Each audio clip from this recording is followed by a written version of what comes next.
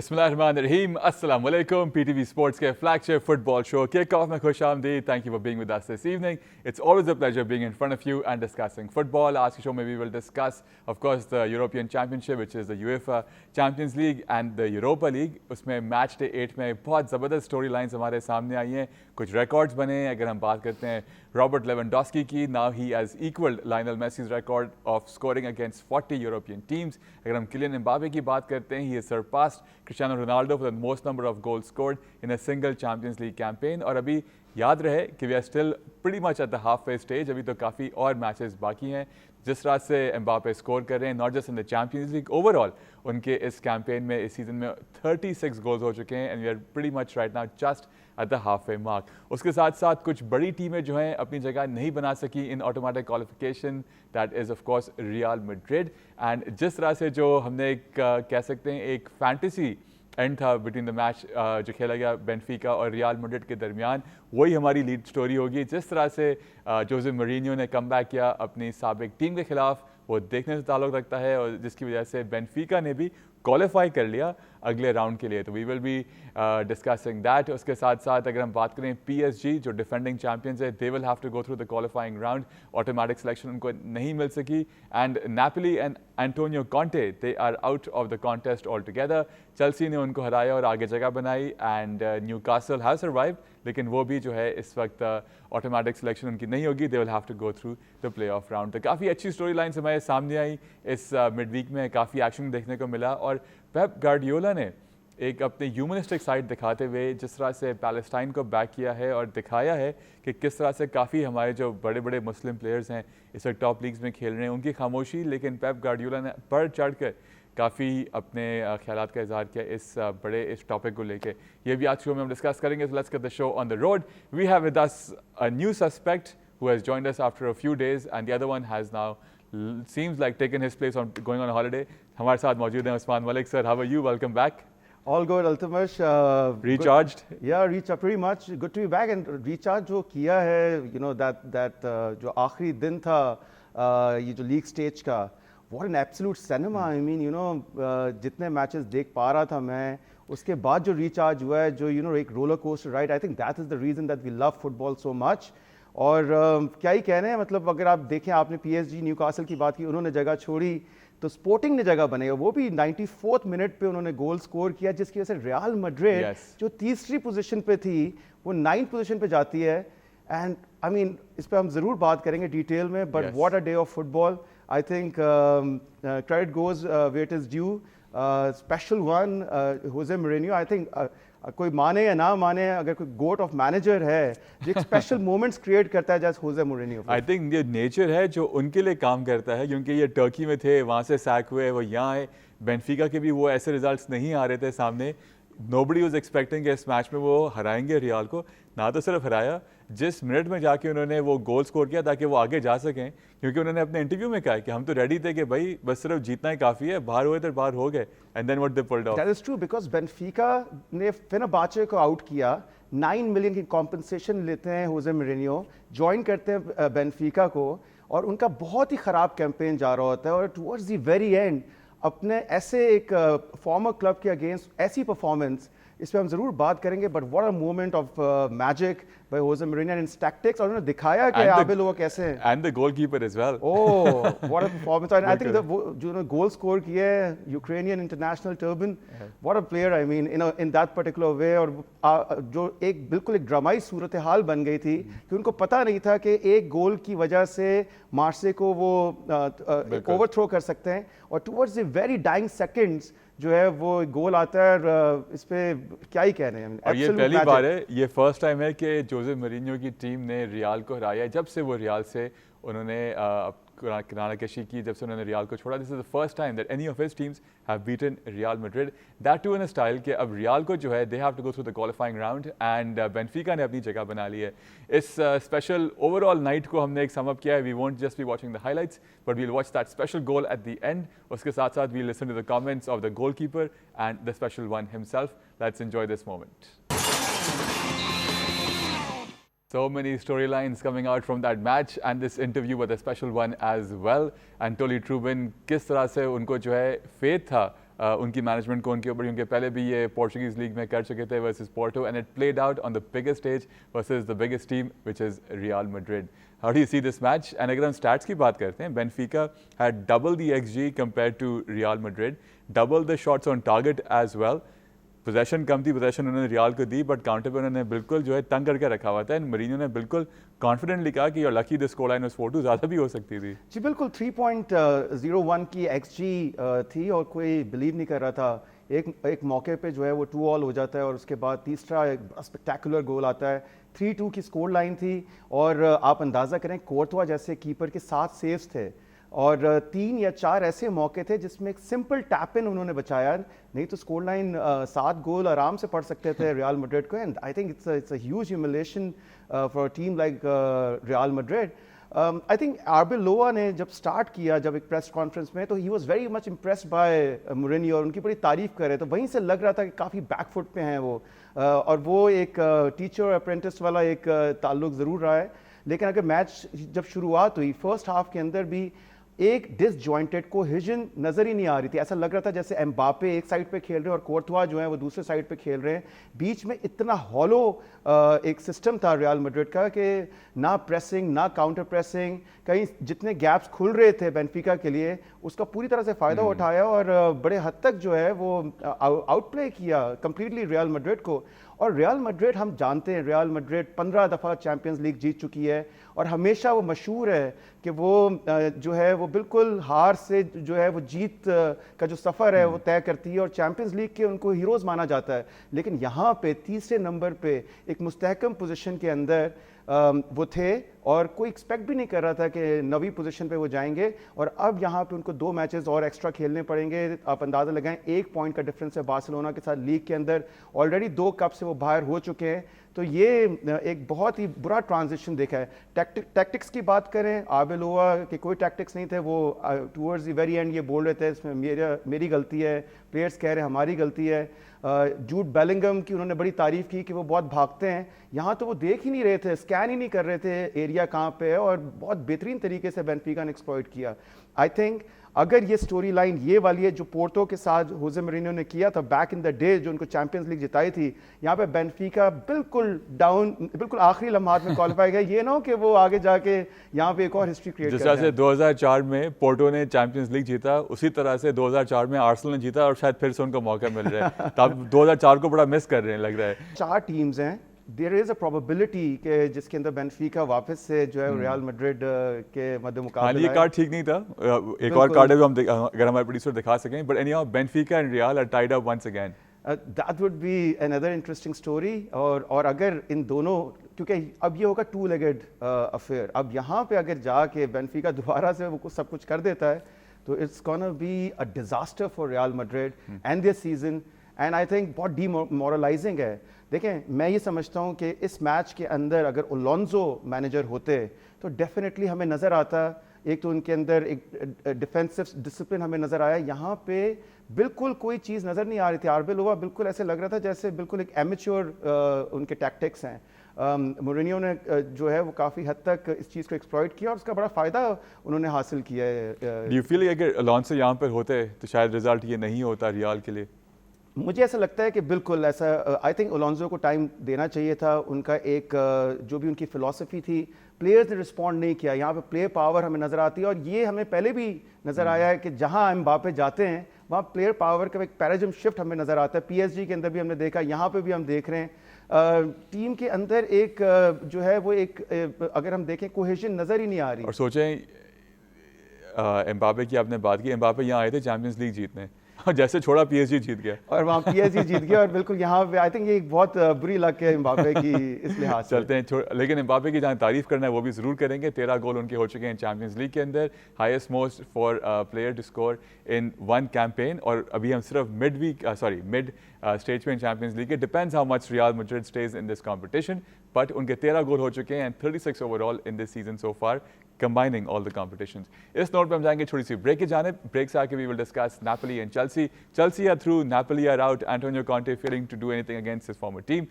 हम जा रहे हैं ब्रेक की जानिब. ब्रेक से आके और चीज़ें डिस्कस करेंगे. Stay with us right here on Kickoff.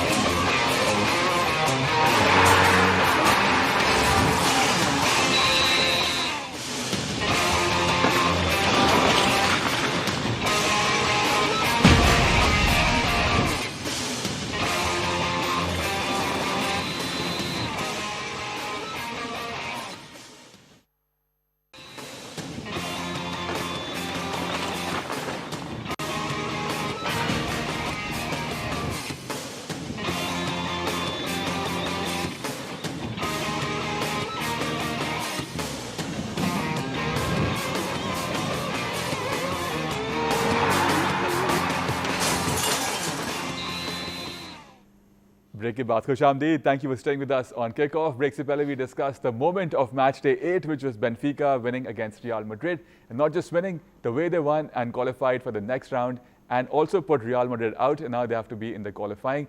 And जो आज draw सामने आए, Benfica and Real Madrid will be up against each other once again. We will be expecting box office cinema stuff. अब आगे बढ़ते हैं, एक और राइवलरी की बात करते हैं. This is Napoli versus Chelsea, यानी कि Napoli के जो मैनेजर हैं Antonio Conte playing against his former team and his former team putting him out of the UEFA Champions League with a scoreline of 3-2. काफ़ी अच्छा मैच रहा, काफ़ी goals भी स्कोर हुए. जरा इस मैच के हाइलाइट्स देखते हैं और फिर इस मैच को डिस्कस करते हैं. João Pedro, the star for Chelsea on the night, and 2 goal score करते हैं वो इस मैच में. उनके 3 गोल हो चुके हैं पिछले 4 मैचेस में. XG की अगर बात करते हैं तो यहाँ पे चेल्सी का डबल XG है कंपेयर टू Napoli. Napoli का 0.98 है, इनका 2.02 समथिंग. एंड अगर हम पोजेशन की बात करते हैं, at home Napoli had less possession compared to Chelsea, but अगर शॉट्स ऑन टारगेट की बात करते हैं, both had 5 each. But the result is that Chelsea winning away at Napoli at the famous Stadio di Armando Maradona 3-2 के score line से, and Chelsea जाती है आगे. कॉन्टे अब सिर्फ एक बार चेल्सी को हरा चुके हैं जब से उन्होंने चेल्सी छोड़ा है with all the teams that he has coach since then. And यहाँ पे जो है वगारा का और हॉयलैंड का गोल आता है पहले इनकी तरफ से, एंड देन रिस्पॉन्स है ऑफ कोर्स फर्नांडिस की जो पेनल्टी है, एंड 2 गोल्स बाय पेड्रो. कैसे देखते हैं आप? मैं तो ये देखता हूँ कि अगर मैराडोना जिंदा होते उन्हें बड़ा अफसोस होता. नेपोली जैसी टीम चैंपियंस लीग में तो at least they been a complete failure. यहाँ पे भी हमने पहले के मैचेस की हम बात करें, कितनी खास परफॉर्मेंस है, बट ये इनके लिए मस्ट विन मैच था. और यहाँ पे अगर देखा जाए, अनफॉर्चुनेटली नेपोली के पास कुछ 7 से 8 मेजर इंजरीज थी, जिसकी वजह से आप ये कह सकते हैं कि उनके मेन प्लेयर KDB भी नहीं खेल रहे थे और काफ़ी प्लेयर्स नहीं थे. बट इस टीम के साथ भी जो अगर हम बात करें तो शुरू में डेफिनेटली फर्नांडिस पेनल्टी से 1-0 की एक लीड हासिल होती है, लेकिन 60th मिनट तक डोमिनेट किया in terms of physicality, intensity. Napoli ने डोमिनेट किया और हमने देखा कि 2 गोल आते हैं, वर्गारा का आता है और उसके बाद फिर हॉयलैंड का एक ज़बरदस्त जो हमें एक स्पेक्टाकुलर गोल हमें नज़र आता है. और यहाँ पे चेल्सी स्ट्रगल कर रहा था, लेकिन 60th मिनट पे जो सब्स्टिट्यूशन होते हैं वो एक मेजर डिसीजन मेकिंग थी. वहाँ से सारी चीज़ चेंज होती है जब कोल पामर की एंट्री होती है और नेटो को सब्स्टिट्यूट किया जाता है. कोल पामर आते हैं राइट हैंड साइड और नंबर 10 और पोजीशन और 11 से वो स्विच करते हैं और 2 असिस्ट वो देते हैं और जॉ पेड्रो के बेहतरीन 2 गोल आते हैं. 60th मिनट पे नेपोली क्वालिफाई कर रही थी, 90 उनकी पोजीशन थी. चेल्सी जो थी वो टॉप 8 से निकल चुकी थी, लेकिन 60th मिनट के बाद डेफिनेटली जब ये स्कोर लाइन चेंज होती है तो Napoli is completely out of champions league और चेल्सी टॉप 8 में फिनिश करता है. 5 इंग्लिश टीम्स हैं जो टॉप 8 में फिनिश कर रही हैं. तो आप ये देखिए कि न्यूकासल जो है, हाँ, और न्यूकासल जो है वो क्वालिफाइंग में 12वीं या 13वीं पोजीशन में just because of draw. PSG ने लेकिन वही बड़ी बात है कि PSG डिफेंडिंग चैंपियंस वो भी अब क्वालिफाइंग में जा रही है. आज तक न्यूकासल को PSG ने डिफीट नहीं किया, मतलब आप ये भी एक रिकॉर्ड है. PSG but how many matches have they played, that's also, जैसे बहुत बात हो रही है कि 7 साल बाद पाकिस्तान ने ऑस्ट्रेलिया को हराया है, बट मैचेस सिर्फ 7 हुए हैं. तो यहाँ पर भी यहाँ पे मैचेस जरूर कम हुए, लेकिन एक टाइम ऐसा था कि ये जो मैच था इसने भी बहुत सारी टीम्स को ऊपर और नीचे किया है, यानी कि डेफिनेटली वो उसका इम्पैक्ट पड़ा है. बट चेल्सी जो है वो वापस आती है और नेपोली को आउट करती है. मैं समझता हूँ कि और फिर उसके बाद 60th मिनट पे सबसे बुरे सब्स्टिट्यूशन कॉन्टे ने किए. उन्होंने अपनी मिडफील्ड को सब्स्टिट्यूट करके लकाकू और सारे ऑफेंसिव प्लेयर्स लेकर आए, जो आई थिंक जिसकी वजह से मैं ये समझता हूँ कि उनके पास कोई और मौका नहीं था और एक मिडफील्ड इतनी हॉलो थी. मौका मिलता है चेल्सी को और चेल्सी जो है इस मैच को बड़ी बासानी जो है वो 3-2 की स्कोर लाइन से पे जीत जाती है. बिल्कुल सही है. चलें जी आगे बढ़ते हैं. बात हो जाए लिवरपूल की, जिनके स्ट्रगल्स प्रीमियर लीग में तो ज़रूर जारी हैं, लेकिन यहाँ पे इन्होंने एक बड़ा अच्छा कमबैक किया. डेफिनेटली जो उनकी स्कोर लाइन थी 6-0 की वर्सेस कैराबैग, वहाँ उनको बहुत कॉन्फिडेंस मिला होगा. इस मैच के ज़रा हाईलाइट्स देखते हैं. लिवरपूल ने 6-0 से हराया कैराबैग को और अपनी जगह बनाई चैंपियंस लीग के थ्रू स्टेज के अंदर. A good win for Liverpool at Anfield. 6-0 से वो Qarabag को हराते हैं. The last time Qarabag lost with a scoreline of 6-0 was also against an English team. That was Chelsea all the way back in 2017. इस match में Liverpool के पास 5.91 की XG होती है एंड ना चाहते हुए भी वैन डाइक की इस मैच में 3 असिस्ट होती हैं. Becomes the defender, first defender with so many assist in a single Champions League match. And Mohamed Salah अपने पूरे लिवरपूल करियर की फर्स्ट फ्री किक से जो है वो गोल करते हैं, which is good for that as well. जी उस्मान, कैसे डिस्क्राइब करेंगे इस मैच को? देखिए, बोर्नमथ की हार के बाद, शिकस्त के बाद जो है वो लिवरपूल को एटलीस्ट ये वाला मैच जो था वो ड्रॉ ज़रूर करना था अगर टॉप 8 में उन्होंने फिनिश करना है। और एक जो है ये बहुत ज़रूरी था और एक्सपेक्ट ये किया जाता है कि जो फॉर्म चल रही है उसमें ड्रॉ भी आ जाए तो बहुत बड़ी बात है, लेकिन एक बड़ा बेहतरीन आगाज़ होता है। इवन तो कैराबैक ने शुरू के 15 मिनट बहुत ज़बरदस्त बॉल पोजेशन रखी, तकरीबन 60% बॉल पोजेशन उन्होंने अपने पास रखी और कोई मौका नहीं दे रहे थे। लिवरपूल का प्रेस फेल हो रहा था, बट वहाँ से फिर जब कॉर्नर किक से वैन डाइक की 3 असिस्ट थे इसके अंदर। तो वही तो मैंने कहा, ना चाहते हुए भी उनके 3 असिस्ट थे, ना चाहते हुए भी 3 असिस्ट थे। और आई थिंक और कितने मौके मिले जहाँ पे कोडी गैप्को जो है उनको 2 या 3 बड़े क्लियर कट चांसेस मिले, उन्होंने वो मिस किए। साला के 2-3 बड़े अच्छे मूव्स थे, क्रॉसेस थे। एक दफ़ा तो मैकएलिस्टर को भी हैट्रिक कंप्लीट करने का मौका मिला लेकिन उन्होंने मिस कर दिया। पर खैर उनके पहला गोल मैकएलिस्टर का आता है, उनका ब्रेस था। 5 डिफरेंट गोल स्कोरर थे और हमने देखा फ्लोरियन वर्ड्स जिनके पिछले 9 मैचेस के अंदर 5 गोल हो गए हैं और फिर अब जो है वो अपनी फॉर्म पकड़ रहे हैं और उम्मीद करते हैं कि वो पकड़ेंगे। दूसरा गोल उनकी तरफ से आता है। तीसरी what a wonderful free kick by Mo Salah. एक टेके की एक इंडिविजुअल ब्रिलियंस का गोल था। जो इनके डिफेंडर थे कैराबैक के मेडिना, वो 2 या 3 दफ़ा जो है उन्होंने कमिट किया और वो हमेशा बुरी तरह से फेल हुए। और फिर हमने देखा कि मैकएलिस्टर दोबारा से गोल करते हैं और फिर फाइनली जो कोडी गैप्को को सब्स्टिट्यूट किया, जिन्होंने काफ़ी चांसेस मिस किए थे, किएजा आते हैं और उन्होंने बड़ी अच्छी performance the towards the very and. उन्होंने ये लेकिन मिस्ट्री रहेगी कि किएजा को लिवरपूल में रखा हुआ भी है लेकिन लाते उनको एंड में ही है और फिर भी वो परफॉर्म करते हैं लेकिन चांस उनको मिलता नहीं है मैच स्टार्ट करने का। जी बिल्कुल, आई थिंक ये जो है वो आर्ने स्लॉट की जो है वो उनकी डिसीजंस हैं जिसकी वजह से मैं ये समझता हूँ कि, लेकिन किएजा की एक बहुत बेहतरीन बात है कि वो जब भी आते हैं ही गिव्स इट 100% और वो एक टीम प्लेयर खुशी खुशी आते हैं। उन्होंने मो साला की तरह कभी इख्तिलाफ नहीं किया कि मुझे खिलाया नहीं जा रहा या मुझे वो किया जाए। आप कंपैरिजन भी तो नहीं कर सकते, लेकिन वो हमेशा आते हैं और हमेशा कुछ ना कुछ डिलीवर करके जाते हैं। आई थिंक फेयरली उनको चांस मिलना चाहिए जहाँ पे इतनी इंजरीज हैं। अलेक्जेंडर ईसाक इंजर्ड हैं, कई और प्लेयर, काफ़ी डिफेंडर्स इंजर्ड हैं, मिडफील्ड के अंदर इंजरीज हैं। आई थिंक किएजा को मौका मिलना चाहिए। किएजा एक ऐसे प्लेयर हैं, वो मल्टी डायमेंशनल प्लेयर है, वो इवन मिडफील्ड में भी उन्होंने खेला है। और अब जो अगला ड्रॉ आ रहा है उसके अंदर यूवेंटस के साथ मुकाबला हो सकता है क्वार्टर फाइनल्स के अंदर। तो वहाँ पे किएजा जो है अपनी फॉर्मर टीम के अगेंस्ट अगर परफॉर्म करते हैं तो he will make history with Liverpool again. Make history with Liverpool again, वाह। चलें जी आगे बढ़ते हैं। अब बात हो जाए मैनचेस्टर सिटी की। उन्होंने भी जगह बना ली है प्लेऑफ्स के अंदर, ऑटोमेटिक सिलेक्शन उनकी होगी, they won't have to go through the playoffs. And जो लास्ट टाइम उनको करना पड़ा था उसके बाद वो बाहर हुए थे। यहाँ पे जो है एट होम वो हराते हैं गैलाटासराय को, which is the Turkish team, 2-0 के स्कोर लाइन से। But they also have qualified, but they will be in the qualifying round. नजर डालते हैं इस मैच की हाईलाइट्स के ऊपर। Very good effort towards the end by Osimhen, लेकिन सामने खड़े थे डोनारूमा द वॉल एंड उसको वो सेव कर लेते हैं। 2-0 के स्कोर लाइन से मैन सिटी हराता है गैलाटासराय को। अगर गैलाटासराय की हम XG की बात करते हैं जो बहुत ही मीजली सा 0.26 था, although they had 4 shots on target compare to 5 of Manchester City. ये 400th विन थी पेप गार्डियोला के करियर की, विच इज़ अ फैंटास्टिक वे कि उनको एतिहाद पे ये विन मिलती है। एंड इसके साथ साथ अर्लिंग हैलेंड जो है वो अपना 56 जो है वो गोल स्कोर करते हैं इस कॉम्पिटिशन के अंदर। तो वे ही स्कोरिंग फॉर फन। मज़े की बात यह है कि फाइनली सिंस दिसंबर पहला इनका गोल आ जाता है from open play, which is also good to see. और पहले भी इनकी एक मिस थी जो ब्रिलियंट उन्होंने हेडर लिया था और जो बिल्कुल थोड़ा सा वो साइड से चली गई। कैसे देखते हैं इस मैच को? बोल्डे गिलमिट ने जब सिटी को हराया तो उसके बाद ये वाला जो मैच था, अगर ये यहाँ पे जीतते भी तो ये ज़रूरी नहीं था कि वो टॉप 8 में जो है वो फिनिश करते, क्योंकि वो तो रियल मैड्रिड ने फेवर कर दी, स्पोर्टिंग ने 94th मिनट पे गोल स्कोर किया, वो ऊपर आ गए, तो समहाउ कहीं ना कहीं जगह बन गई। लेकिन यहाँ पे अगर ये जीतते भी बहुत बड़े मार्जिन से जीतना पड़ना था जिसकी वजह से वो फिनिश करते। लेकिन यहाँ पे साबित ये हुआ कि 2-0 वाज इनफ फॉर देम। पहले जब मैच की शुरुआत होती है, हालान ने एक बड़ा एक बेहतरीन मौका जो है एक हेडर मिस किया, उसके बाद उन्होंने एक पहला गोल स्कोर किया। डोकू की 2 असिस्ट थी, डोकू फिनोमिनल थे।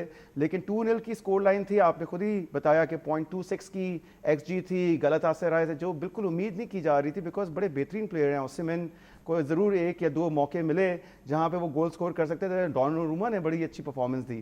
तो आई थिंक फॉर सिटी उनके लिए आई थिंक एक बहुत अच्छा वो एडवांटेज है कि उन्होंने टॉप 8 में फिनिश किया है। उनको 2 मैचेस कम खेलने पड़ेंगे क्योंकि अब उनका और आर्सेनल का जो गैप रह गया है वो 4 पॉइंट्स का रह गया है।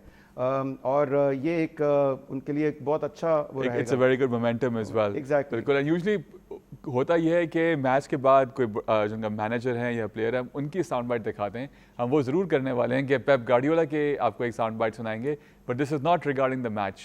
पेप गार्डियोला ने बहुत रिसेंटली एक कुछ स्टेटमेंट्स दिए हैं publicly regarding Palestine and his entire stance, जिन्होंने सबके दिल जीत लिए उन्होंने। Let's listen in to what Pep Guardiola had to say after.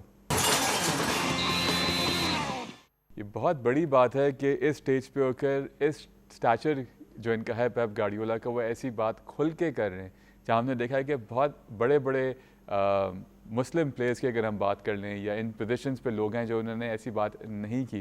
तो जितनी इनकी हम तारीफ़ करें इतनी कम है। कैसे देखते हैं उस्मान, क्विकली अगर कमेंट देना चाहें? देखें, और जो उन्होंने एक इमोशनल बात की है वो एक बड़ी वो रियलिटी पे बेस वो बात है। और दूसरा उन्होंने एक और बात ये की है कि अब मीडिया भी उतना उठा नहीं रहा उस बात को और दब रही है वो बात, और फिर इनका ये बोलना आई थिंक ये बहुत बड़ी बात है। और हम सबको शायद खड़ा होना चाहिए इस चीज़ के लिए, क्योंकि बहुत ज़्यादा बड़ा जेनोसाइड हमने देखा है अपनी तारीख का। बिल्कुल। और वही बात है कि जहाँ बाकी प्लेयर्स ने खामोशी बेहतर समझी, वो इतना स्टेक इनका हाई है और इस चीज़ को नहीं मद्देनज़र करते हुए उन्होंने ये बातें की हैं। बहुत बड़ी बात है, hats off to him.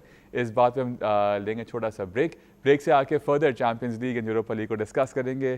To stay with us right here on kick of.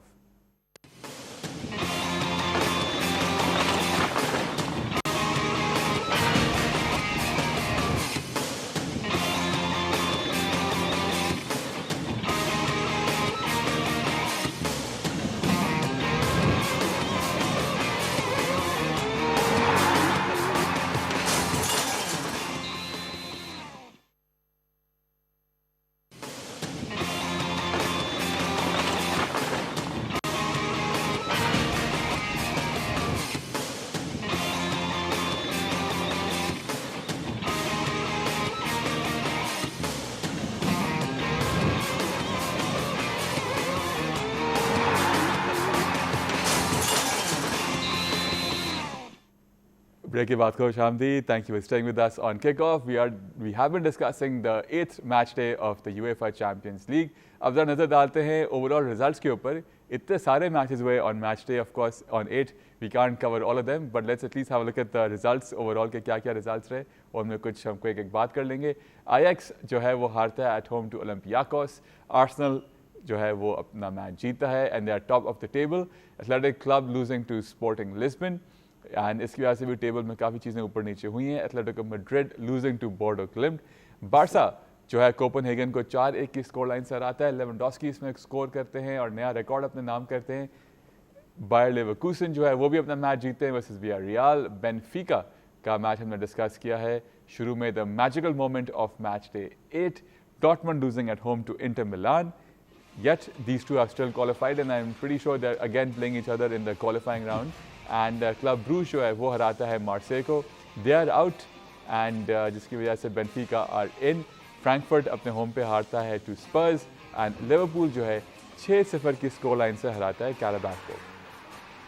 These are the results on match day 8. किसने सोचा था कि स्पर्स जो है वो टॉप 8 में फिनिश करेगा और आई थिंक सिटी से ऊपर उन्होंने फिनिश किया है. तो थॉमस फ्रैंक को और इवन आर्ने स्लॉट को मैं समझता हूँ थोड़ा और ज़्यादा टाइम मिल गया है चैंपियंस लीग की परफॉर्मेंस की वजह से. कोलोमुआनी ने गोल स्कोर किया और सोलांकी ने 2-0 से. Thomas Frank survives another day. या डेफिनेटली लग तो यही रहा है, लेकिन ये कोई एक्सपेक्ट नहीं कर रहा था कि अगर टॉप 8 अगर आप नीचे की टीम्स देखें 9-10 इंटर मिलान, रियल मैड्रिड. अच्छा ये हैं अपकमिंग फिक्सचर्स. ये हम जो पहले जो हम देखना चाह रहे थे तो बेनफिका का जो है वो मैच होगा वर्सेस रियल मैड्रिड. ग्लिंट का होगा Bodo Glimt versus Inter Milan. Dortmund का होगा versus Atalanta. Club Brugge versus Atletico Madrid. Galatasaray versus Juventus. Monaco versus PSG.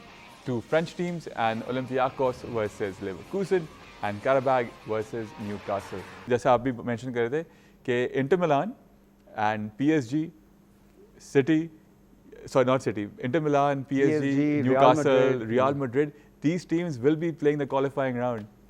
I mean बिल्कुल बहुत अनएक्सपेक्टेड रहा और इसीलिए I think this is one of हम ये बात जो कर रहे हैं कि एक रोलर कोस्टर राइड थी और व्हाट प्योर सिनेमा था, क्योंकि अगर हम देखें 90 मिनट्स के अंदर फुटबॉल जिस तरह से चेंज हुई है, 3-4 दफ़ा जो रैंकिंग्स ऊपर नीचे हो रही थी, ऐसे लग रहा था कि ये फुटबॉल नहीं, कोई इलेक्शन डे है कि कोई ना कोई जो कैंडिडेट है कभी ऊपर जा रहा है कभी नीचे आ रहा है, but what a day of football. लेकिन ये इससे आप अंदाज़ा लगाएं कि पीएसजी जैसी टीम जैसे पिछली दफ़ा डिफेंडिंग चैंपियन है, वो उन्होंने कोई न्यूकासल को ऐसी फाइट दी नहीं, हालांकि न्यूकासल ने बड़ा अच्छा मुकाबला किया। मैं बोल रहा हूँ गिलमेट की बात करूंगा, जिन्होंने पहले सिटी को हराया, फिर उसके बाद एथलेटिको मैड्रिड भी एक टाइम पे टॉप 8 के अंदर थी, लेकिन 2-1 की जो हार है उसकी वजह से वो भी 14वीं पोजीशन पे आ गए। तो इट्स गोना भी बड़े मज़े के प्लेऑफ्स होंगे जो आगे जाके, और इवन जो टॉप 8 हैं यहाँ से जो निकलेंगे, जो गो थ्रू करेंगे, वहाँ पे अब आगे हमें सारे मैचेस काफ़ी बॉक्स ऑफिस नज़र आने वाले हैं। और लगता यही है कि इस वक्त सिर्फ आर्सेनल का रिकॉर्ड जो है फ्लॉलेस जा रहा है, सिर्फ 4 गोल उन्होंने कंसीड किए हैं और एक भी मैच नहीं वो हारे, लेकिन आगे जाके क्या होता है ये। लेकिन वो जो एक उनका बिल्कुल डिफेंसिव फ्लॉलेस रिकॉर्ड चल रहा था वो पिछले हफ्ते तोड़ दिया मैनचेस्टर यूनाइटेड ने 3-1 से उनको हरा के। तो वहाँ पे तोड़ा है, अब यहाँ पे ज़रा देखते हैं क्या होता है। लेकिन यहाँ पे तो ये इन्होंने अपनी इस मैच की कोई अहमियत नहीं थी, लेकिन उन्होंने फिर से अपनी को बी टीम खिलाई है। आप अंदाज़ा लगाएं कि सिर्फ 4 गोल कंसीड किए हैं, तारीफ तो करनी पड़ेगी। और आगे जाके जब वो अपनी ए टीम खिलाएंगे और इन बड़े बड़े टीम्स को हराया, एथलेटिको मैड्रिड को हराया उन्होंने, तो I think probably they look like in strong position, क्योंकि नज़र नहीं आ रहा। और जो टीम सब ने स्ट्रगल किया, सिटी ने स्ट्रगल किया, लिवरपूल ने किया, रियल मैड्रिड ने हमने देखा कितनी बुरी तरह स्ट्रगल किया, बायर्न म्यूनिख और आर्सेनल, इवन आर्सेनल ने बायर्न म्यूनिख को भी हराया है, तो they are in a very strong position to actually win it. बिल्कुल। क्विक थॉट्स ऑन यूरोपा, वहाँ पे एस्टन विला को कितना आप रेट कर रहे हैं? एस्टन विला का जो मैच था वो भी बड़ा स्पेक्टेकुलर मैच था। 2-0 से वो हार रहे थे सैल्जबर्ग से, और उसके बाद वो 3-2 से वो जीते हैं। सेकेंड हाफ में उन्होंने कम बैक किया है। डेफिनेटली यूरोपा लीग के अंदर they look like favourites to actually win it. और लगता यही है कि और हमें पता है उनाई एमरी जो है वो तो स्पेशलिस्ट हैं, जैसे यूरोपा के स्पेशलिस्ट स्पेशल वन है, वो स्पेशलिस्ट हैं यूरोपा के। बिल्कुल सही है। एंड ओवर द वीकेंड कुछ अच्छे फिक्सचर्स हमें देखने को मिलेंगे इंग्लिश प्रीमियर लीग के अंदर। Leeds will be hosting Arsenal, बड़ा क्रूशल ये मैच होगा क्योंकि लीड्स की इस वक्त अच्छी फॉर्म चल रही है। आर्सेनल ने पिछला अपना मैच हारा है, अगर उनको डोमिनेशन रखनी है they will have to win. साथ साथ हम देखेंगे लंदन डर्बी होगी, चेल्सी वेस्ट हैम की। अगेन वेस्ट हैम का पिछला हफ्ता बड़ा अच्छा गुजरा था, कुछ आने वाले हफ्ते के बारे में नहीं कह सकते, लेकिन वर्सेस चेल्सी एक्सपेक्ट किया जा रहा है कि अच्छा मैच होगा। This will be the east west London derby and Spurs का और मैन सिटी का मुकाबला होगा। So these are the big fixtures I think over the weekend in the Premier League. How do you see them? देखिए, मैं तो जो champions league का ये आखिरी दिन था उसके, सॉरी, एंड लिवरपूल न्यूकासल का होगा शायद? नहीं, बिल्कुल लिवरपूल न्यूकासल का है, ये भी अच्छा मैच होगा, डेफिनेटली अच्छा मैच होगा। और Chelsea West Ham, I think Chelsea they are on a good way after the change in manager. Even though उनकी वो जो टैक्टिक्स हैं मरिस्का जो है उनसे काफ़ी मुख्तलिफ है, लेकिन रिजल्ट्स प्रोड्यूस हो रहे हैं और I think team is now back together. दूसरी तरफ Newcastle Liverpool again very tricky, because Liverpool की प्रीमियर लीग की फॉर्म, स्पेशली वो टीम्स जो कि रेलीगेशन बैटल कर रही हैं, जो लो ब्लॉक बनाती हैं, वहाँ लिवरपूल बहुत बुरी तरह से फॉल्टर कर रहा है। और हमने देखा टूवर्ड्स द वेरी एंड वो गोल खाते हैं, जिसकी वजह से उनकी जो पोजीशन है इस वक्त बिल्कुल रिस्पेक्टेबल नहीं है, 6ठी पोजीशन पे वो आ चुके हैं। और आई थिंक आप काफ़ी खुश हैं इस बारे में। डिफेंडिंग चैंपियंस हैं वो, डिफेंडिंग चैंपियन अभी तक चैंपियंस हैं बिल्कुल, लेकिन हाँ उनके लिए ये बहुत ज़रूरी है कि they have to finish in Champions League positions. Otherwise मैं समझता हूँ कि फिर जैसे चेल्सी और यूनाइटेड ने चेंजेस किए और फिर रिजल्ट्स नज़र आ रहे हैं, तो यहाँ पे लिवरपूल को भी ओलोंजो बैठे रास्ते में कि वो इंतज़ार में बैठे कब उनको कॉल आती है और वो आएंगे। कितने अनग्रेटफुल हैं, जिस मैनेजर ने आते ही जिता दिया तकरीबन फ्लॉलेस। इज नॉट क्लॉप ने एक जो जिस तरह से बिल्ड किया है और जिस तरह से उन्होंने एक उनकी काविशें हैं, जो उनकी कोशिशें हैं, कंपैरेटिवली स्लॉट ने वही टीम मिली। और अब जाके जहां इंजरीज भी आ रही हैं, जहां नए प्लेयर्स आ रहे हैं, वहां पे वो परफॉर्म नहीं कर पा रहे। लेकिन फिर अब जब यही सिचुएशन क्लब के पास आई, no disrespect, one of the best managers ever in the modern era, तो वो भी नहीं जिता सके, ना चैंपियंस लीग ना प्रीमियर लीग। नहीं 2020-21 के सीजन के बाद जब उनको भी डिफिकल्टी सामने आई तो वो भी सेकंड थर्ड पे आ गए थे ना उसके बाद। सेकंड और 2 या 3 दफा जो है वो 100 पॉइंट्स के करीब फिनिश करके अगर कोई टीम सेकंड पोजीशन वो आप बात करें 19 की बात करें, मैं उसके बाद की बात कर रहा हूँ, वो जीत गए, मैं उसके बाद की बात कर रहा हूँ। उसके बाद जो है वो कप टाइटल्स जिताए और फिर एक मौका ऐसा भी था कि जिसके अंदर प्रीमियर लीग और चैंपियंस लीग की बात लेकिन आप ये देखिए कि कहाँ से बिल्ड किया था जब लिवरपूल 2015 में आए थे। उसकी तो कोई डाउट ही नहीं है ना, लेकिन जब उनको इंजरीज का सामना करना पड़ा, प्लेयर्स के प्रॉब्लम्स आए ये वगैरह, तो उन्होंने भी फॉल्टर किया, वो रिजल्ट्स नहीं ला पाए। तो यहाँ स्लॉट अभी जिताए हुए मैनेजर हैं, थोड़ा सा सब्र रखें। नहीं सबर तो रखा हुआ है, लेकिन जो सिनेरियो क्रिएट हुआ है साला के साथ और जिस तरह से जो मामला बने, लेकिन देखिए क्लॉप का एक और डिफरेंस था, उन्होंने फैंस के साथ एक बहुत बेहतरीन रिलेशनशिप क्रिएट किया था। ही वॉज ऑल्सो, अपने आप को भी वो फ़ैन ही कहते थे और वो बिल्कुल उनके साथ जो है वो एक दिल धड़कता था। यहाँ पे स्लॉट जो है ना वो थोड़े से फैंस के साथ उनकी इंटीग्रेशन इतनी बेहतर नहीं है, तो आई थिंक ये एक रीज़न है कि जिसकी वजह से क्रिटिसिज्म का वो सामना कर रहे हैं। प्लस वो भी इस टाइम पे 450 मिलियन की स्पेंडिंग हुई है, तो उसमें पूरा उनका हाथ नहीं है। अब उनका फॉल्ट नहीं है कि ईसाक जो न्यूकासल में इतना अच्छा परफॉर्म करे थे, यहाँ पे आके वो इंजर हो जाएंगे, परफॉर्म नहीं कर पाएंगे, और साला और वैन डाइक बिल्कुल टेल एंड पे आ जाएंगे जहाँ वो परफॉर्म नहीं कर पा रहे। मैनेजर का काम होता है ना कि आप परफॉर्मेंस निकालें, ये वर्ल्ड क्लास प्लेयर्स हैं, ये वो प्लेयर्स हैं जिन्होंने रिकॉर्ड, तो मैनेजर ने इनसे कहा कि परफॉर्म ना करें। मैनेजर ने कहा नहीं है, परफॉर्मेंस निकालना प्लेयर को मैनेज करना इनका काम है। तो उन्होंने साला को तो फ्लॉलेस से रन दिया था ना, टिल उनको ड्रॉप किया, फिर उन्होंने वो स्टेटमेंट दे दी, फिर पूरा वो क्यों डिसइंटीग्रेट कर रहे हैं, वो क्यों नहीं कर पा रहे हैं। साला वही प्लेयर है जिन्होंने 34 गोल पिछले सीजन में स्कोर किए थे।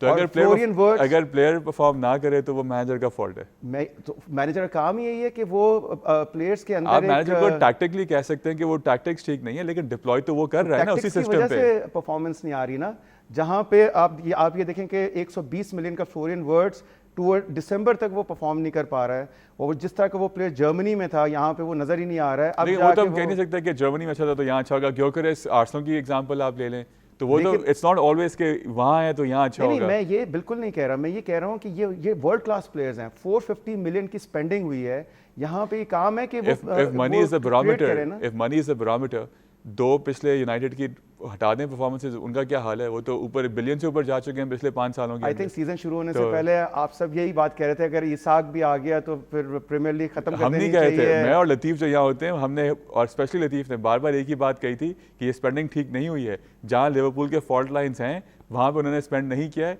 इन लोगों को लाने में वो कर दिया, और इसमें स्लॉट की गलती नहीं है। स्लॉट पिक नहीं कर रहे थे इनको, जो उनकी मैनेजमेंट है वो कर रही थी। कोच है, वो मैनेजर नहीं है। लिवरपूल का जो सिस्टम है उसमें स्लॉट का अकेले का सही नहीं कि कौन आ रहा है कौन जा रहा है, पूरा एक सिस्टम वहाँ पर है। आपके जो मैनेजमेंट है उसमें और लोग भी हिस्सा हैं, स्पोर्टिंग डायरेक्टर जो है। एग्जैक्टली, बिल्कुल ये बात सही है, लेकिन मैनेजर का काम मैं ये समझता हूँ कि प्लेयर से परफॉर्मेंस निकालना ऑफ कोर्स उसमें कोई डाउट नहीं है, लेकिन इवन क्लॉप कुछ नहीं कर पाता इस वक्त सलाह की, और जो वैन डाइक की फॉर्म चल रही है उसको लेकर, ये मेरा मानना है। नहीं बिल्कुल आप सही कह रहे हैं, साला की वो फॉर्म नहीं रही, और डेफिनेटली और बिल्कुल आ सकती है, डेप्थ सब में आता है। उन्होंने बात की थी ना कि they are throwing me under the bus, तो वो भी गलत बात थी। वो भी बात है कि क्या वजह है कि साला को टारगेट किया जा रहा था। बड़ी एक बड़ी लंबी डिबेट है। ज़रूरी ये है कि लिवरपूल परफॉर्म करे चैंपियंस लीग के अंदर, FA कप मौजूद है, और टॉप 4 में फिनिश करना ज़रूरी है, otherwise I think this season would be a failure. Of course, for a respectable team like Liverpool. Of course respectable. 20 times जीते हैं टाइटल। बिल्कुल। 20 दफा जीते। I think the most equal to Manchester United. 6 champions league तो जीते हैं। Yes. अब यहाँ पे वो यूनाइटेड लिवरपूल डिबेट हो जाएगी। तो वो आप 80s की बात तो अभी ना करें ना, हम रिसेंट में 6 दफा champions league who's denying that? आप ऐसे डिफेंड करें जैसे वो आपकी टीम है इस वक्त। बिल्कुल है ना, आप तो एनालिस्ट हैं यहाँ पे। Still the best team in England. Not in terms of winning trophies. Not at this point in time, and trophies equal to United right now. आप चैंपियंस लीग को अगर नहीं कुछ समझते तो आपकी मर्जी। नहीं, सब मिला के हम बात कर रहे हैं। यूनाइटेड ने 3 दफा जीती है, लिवरपूल ने 6 दफा। नहीं, ओवरऑल ट्रॉफीज की यहाँ बात हो रही है ना, तो आप अपनी फेवरेट चूज कर लें। चले ठीक है, आप लोगों को लगेगा कि हम रेडमैन टीवी बन गए। Thank you so much. चलें, आपका बहुत शुक्रिया, thank you for being with us. इंशाल्लाह आपसे मंडे को मुलाकात होगी with round up of all the matches in the Premier League and other top leagues of Europe, and of course news from Pakistan as well. Do join us for that. For now, it's goodbye. Thank you from the entire team of Kickoff. Take good care. Allah Hafiz.